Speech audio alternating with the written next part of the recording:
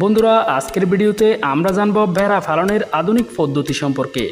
আমাদের দেশে এখনও খুব বেশি ভেড়া পালন করা হয় না, কিন্তু উন্নত দেশগুলোতে, বিশেষ করে শীতপ্রধান দেশগুলোতে মিলিয়ন মিলিয়ন ভেড়া পালন করা হয়। এত বিপুল পরিমাণ পশুপালনে তারা নানা আধুনিক প্রযুক্তির সহায়তা নিয়ে থাকে। এইসব প্রযুক্তির সাহায্যে তারা ভেড়াকে খাবার দেওয়া থেকে শুরু করে গোসল করানো, দুধ দোহন সব কিছুই করে থাকে। আমাদের আজকের ভিডিওতে ভেড়া পালনে ব্যবহৃত এমন কয়েকটি আধুনিক প্রযুক্তিই তুলে ধরব।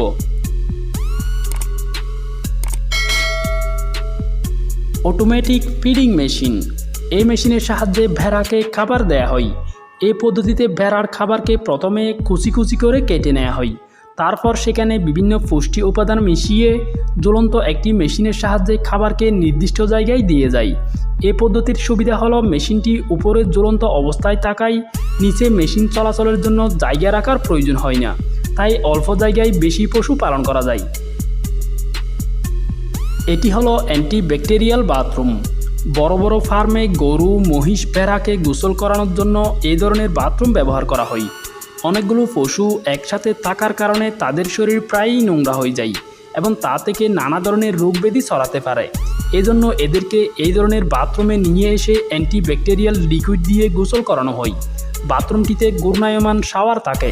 এইসব শাওয়ার চারদিকে ঘুরে ঘুরে স্প্রের মতো করে পানি ছাড়ে, ফলে প্রত্যেকটি প্রাণীর পুরো শরীর ভালোভাবে পরিষ্কার হয়ে যায়। Sheep caring stand. ভেড়া আকারে ছোট কিন্তু বেশ চঞ্চল স্বভাবের একটি প্রাণী, তাই তাদের নিয়ন্ত্রণে রাখাটাও বেশ মুশকিলের একটি কাজ। কিন্তু এই বিশেষ মেশিনের সাহায্যে তাদেরকে নিয়ন্ত্রণ করা অনেক সহজ হয়ে যায়। প্রথমে ভেড়াদেরকে এই মেশিনের ভিতর ঢুকিয়ে দেওয়া হয়, তারপর ওয়ার্কার এই মেশিনটিকে 180 ডিগ্রি অ্যাঙ্গেলে ঘুরিয়ে দেয়। এর ফলে ভেড়া পুরোপুরি উল্টে যায়, কোনো ধরনের ছোটাছুটি করতে পারে না। এরপর ওয়ার্কার ভেড়াকে ওষুধ খাওয়ানো, কুর পরিষ্কার কিংবা লোম কাটা, যা খুশি তাই করতে পারে। কাজ শেষ করার পর মেশিনটি সোজা করে দিতেই ভেড়াটি বাইরে বেরিয়ে আসে। Antibacterial sprayer. এই মেশিনের সাহায্যে ভেড়ার শরীরে পরজীবী বিরোধী ঔষধ ছিটানো হয়। ভেড়ার পশম বেশ লম্বা হওয়ায় তাদের শরীরে প্রায়শই নানা ধরনের পরজীবী বাসা বাঁধে। এতে পশুগুলো বেশ অস্বস্তি অনুভব করে। এ কারণে মাঝে মধ্যে এদের শরীরে অ্যান্টিব্যাকটেরিয়াল লিকুইড দেওয়া হয়।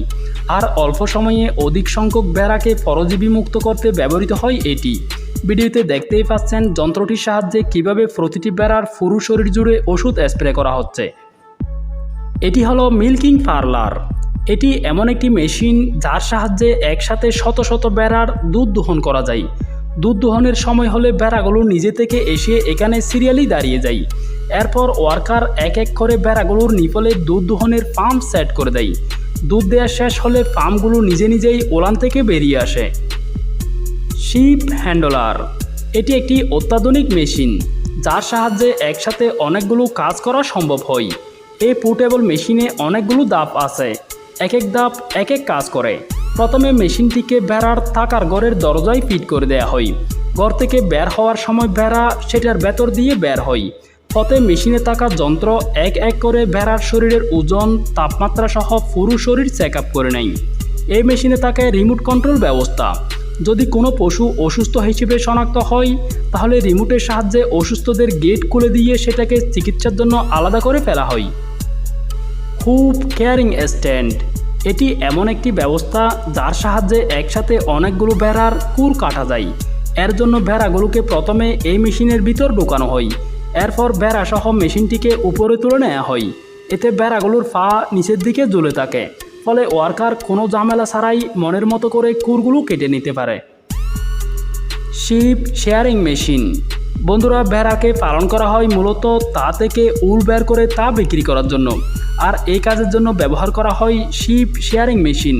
আগে এই কাজের জন্য কাঁচি ব্যবহার করা হতো, কিন্তু এটি ব্যবহার সময় সাপেক্ষ এবং এর ফলে ভেড়ার ত্বক এবড়ো খেবড়ো হয়ে পড়ে। তাই বর্তমানে ইলেকট্রনিক শেয়ারিং মেশিন ব্যবহার করা হয়। এর সাহায্যে খুব সহজে মসৃণভাবে ভেড়ার উল কেটে নেওয়া যায়। ভিডিওতে আপনারা দেখতে পাচ্ছেন একটি শেয়ারিং মেশিন দিয়ে কিভাবে ভেড়ার শরীর থেকে উল বের করে নেওয়া হচ্ছে।